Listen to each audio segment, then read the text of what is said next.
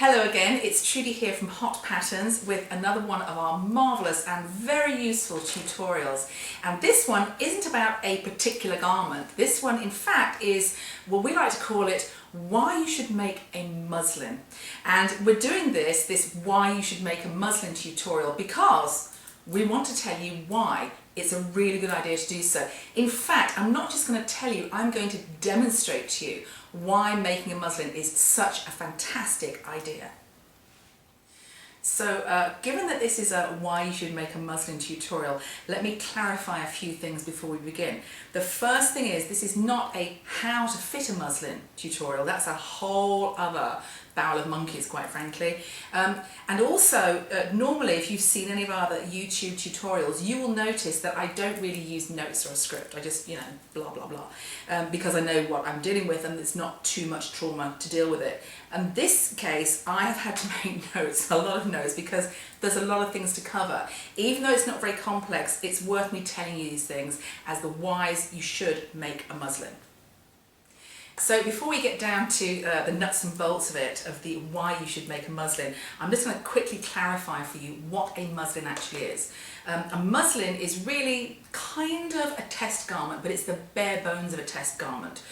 You wouldn't, for instance, put on, I don't know, pockets, you wouldn't put on all those kind of twiggy little bits and pieces. You're making the basic shape and then you're going to fit it and then you'll add all your bits and pieces. You might place a pocket differently or drop a neckline down. But the whole point of a muslin is that you make it to test out your garment before you cut into your beautiful fabric. Now, an awful lot of people don't like making muslins. I am one of them. I hate making it, but I look on it like I look on going to the gym. Don't want to do it, have to do it. It's really the best thing to do.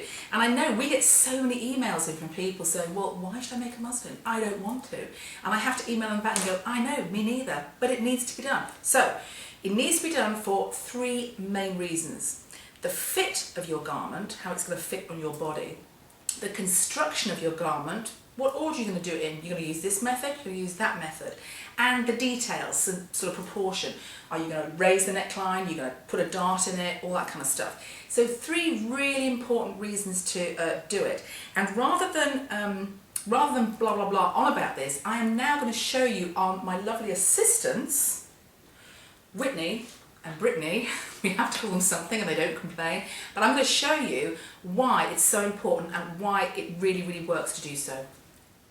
So now I'm doing the demonstration part of our tutorial and you can see I've got my two lovely assistants here, and there's a reason I'm using two. You can possibly see, but you will do very, very shortly, really see, that these girls are different body shapes. However, they are exactly the same size. They measure the same, bust, waist and hips. Exactly the same, down to, like, I'm just going to say an 1/8 of an inch tolerance. They're the same, but you can clearly see they are different shapes. Same size, different shapes. Let me show you their profile and you're really going to see what I mean. So, this girl here, this is actually quite anatomically correct-ish for a stand. She's got quite the hourglass figure, she's got very defined boobs, nipped in waist and a curvy hip. Very enviable figure, I have to say. This lady here, she is much, much, much wider and much flatter.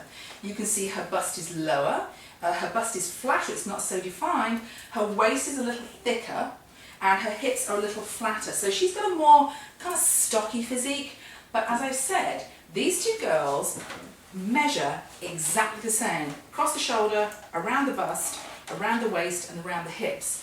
Now, how do you imagine the same garment's going to fit on these two different bodies? I'm going to show you. Now, by the power of modern technology, we can now see our assistants are dressed. And they are dressed in today's muslin. As you can see, I haven't used muslin, this fabric. I have used gingham. Gingham is another good fabric to use because it's usually an equidistant check. All the checks are an even space apart, and you can really see where straight lines fall and where horizontal lines fall. So it's quite useful if you can get hold of some cheap denim. Cheap gingham. So it's very useful for that. Now, These girls are both wearing the same muslin. It's the plain and simple relaxed t-shirt, which yes is a pattern for a knit, but that doesn't matter for our purposes today. What matters is they're exactly the same. Completely unfitted, very relaxed fit, you know, no darts, no nothing. But you can see quite clearly there's a massive difference in how they fit. And this is what's going to happen when you're making a garment too.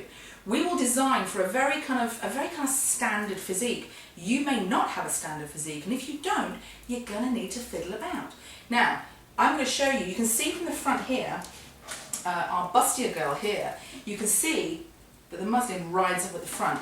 This is the signal to say to you, well, you know, I might want to put a bust dart in that. I might want to, you know, give myself some more because a bigger bust is going to lift it and give you that. You can see it better at the sides. Can you see it really kicks up at the front? Whereas this lady here, not so much. She hasn't got such a defined bust line, and so hers, while it does dip down a tiny bit at the back, you could live with that for a casual t-shirt. It really wouldn't be a big deal to you. So when you make a muslin like this, it can immediately start seeing where there are things you want to fiddle with. And the important thing is, in muslin or a throwaway fabric, you can do this.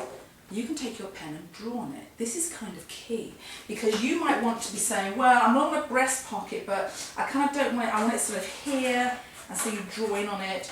I want it over here. You might want to say, I'm going to take a dart out here, and you're going to pin it out. You might say, let's move the shoulder seam into a raglan, so here. You draw all over it. This is why, when we recommend you make a muslin, we do not recommend that you make a test garment. We recommend you make a muslin, something you're going to chop into, you're going to draw all over, you're going to really, really mash up, and you're going to put in the trash when you're done. That's what you're going to do with it.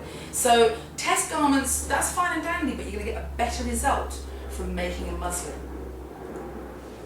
Now, at this point in the proceedings, I'm going to briefly touch on tissue fitting. And I have to say, until I came to the States, I'd never actually heard the term tissue fitting. I mean, I've worked in the rag trade since the dawn of time, probably, because I'm very old, but I'd never heard the term tissue fitting. And then I saw somebody do a tissue fit, and I thought, don't really think that's for me. So I'm going to quickly show you why I don't think it's the best method. I must stress though, if you do tissue fitting and you like it and it gets you a great result, please go ahead. The important thing is the end result, not how you get there. So I'm going to show you this. This is fabric. Clearly this is fabric. And you can see how fabric falls. And you can see how it behaves. And you can kind of tweak it and pinch it, and you can put darts in it and this, that and the other. You can do stuff with fabric. This is tissue. I don't know, it's an old bow pattern, I don't know what it is. When you put tissue on a body, it really doesn't behave itself very well. Can you see the difference? I mean, it's like, it's tissue. It also rips like that. And when you're working on a muslin, you're not playing, you're not messing around, you're doing work. And it would be useful for your supplies to be able to stand up to the work you're doing.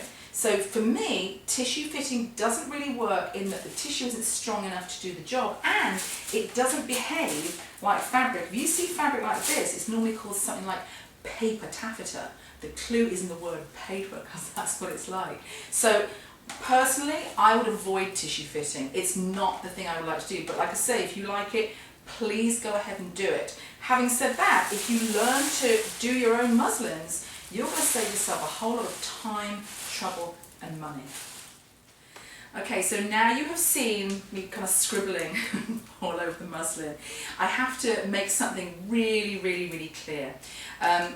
Please do not imagine that I've never had issues with fitting, because I have many, many times.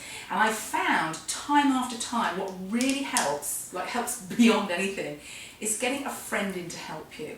Because unless you can actually grow another set of arms in your back, it's always a bit tricky to kind of fit things, especially pants. So I'm not saying it can't be done. It can. You can fit yourself. But it's a lot harder, and honestly, why do you want to make your life hard? Make it easy. Make it easy for yourself. So if you can, do bring in a sewing friend, maybe go and join your local sewing guild chapter, or just meet up with some sewing friends and you can all fit some muslins on each other. It really, really, really helps. And when I say I've had the same issues, of course I have, fitting pants and stuff, it's really tricky on your own. So a really good tip for you when you make your muslin, when you're fitting it, get a friend to help.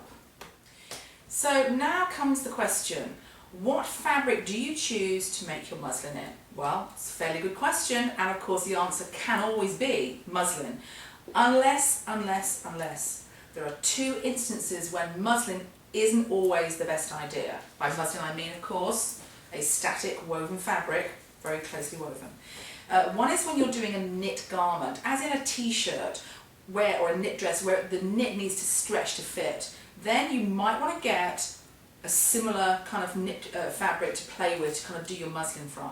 And the other instance is when you've got a stretch woven. So let's say you've got some denny with stretch, or you've got some twill with stretch, and you're making a very kind of fitted jean or something.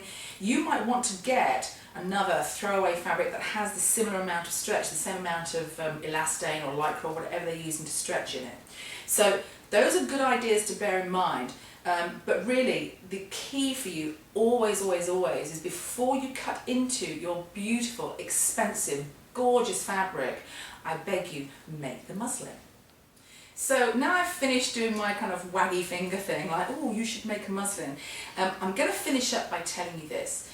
If you ever wonder why we recommend that you make a muslin, it really boils down to one thing, which is we really love to do our patterns. We love our work, it's great, and we love to kind of create patterns that are going to make these beautiful, beautiful garments, and we want our customers to have success with them. We want you to pull out your pattern, make your muslin, fit it, and then make your garment and look in the mirror and think, oh yes, I look fabulous. That's the whole point. So we ask you to make a muslin, sure, for all the technical details, but we ask you to make a muslin because we want you to succeed. It's really important to us that you have success with our patterns. And I promise you, if you make your muslin and you fit your muslin, your sewing life is going to be so much easier. So yeah, that's it. That's why you should make a muslin. And thank you once again for watching.